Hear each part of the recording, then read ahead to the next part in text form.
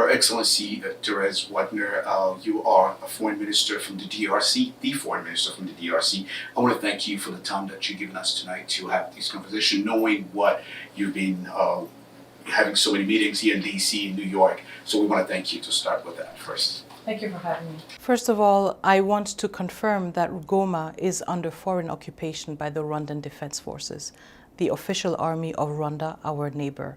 Indeed, we have seen after days of intense fighting a presence of the M23 and the RDF that have now gained a large control over a majority of the city of Goma.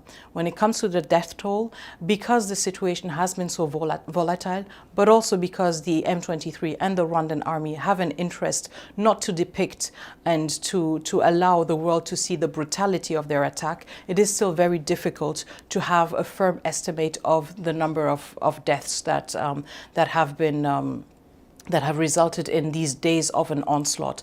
We need to differentiate also in the fact that there were a lot of deaths linked to the fighting, but also many deaths linked to the fact that Rwanda very purposefully sabotaged key infrastructure in the DRC. Your government has repeatedly accused Rwanda in supporting the M23, with President Kagame denying, he denies any involvement at all.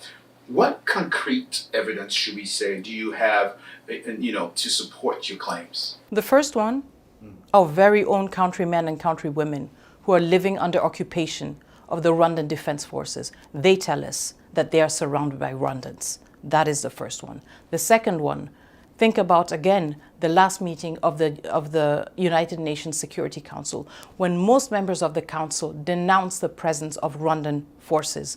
The declarations of the United Nations Security Council members, of individual countries, as well as of the EU, calling out on Rwanda to withdraw its troops. Thirdly, we have the United Nations Group of Experts report that spoke in December of at least 4,000 troops of the Rwandan Defense Forces present on DRC soil. So we find again that Rwanda is isolated in this narrative, denying its presence. But the world sees that Rwanda has been lying throughout. The world sees Rwanda for its duplicity, and it will hold Rwanda accountable.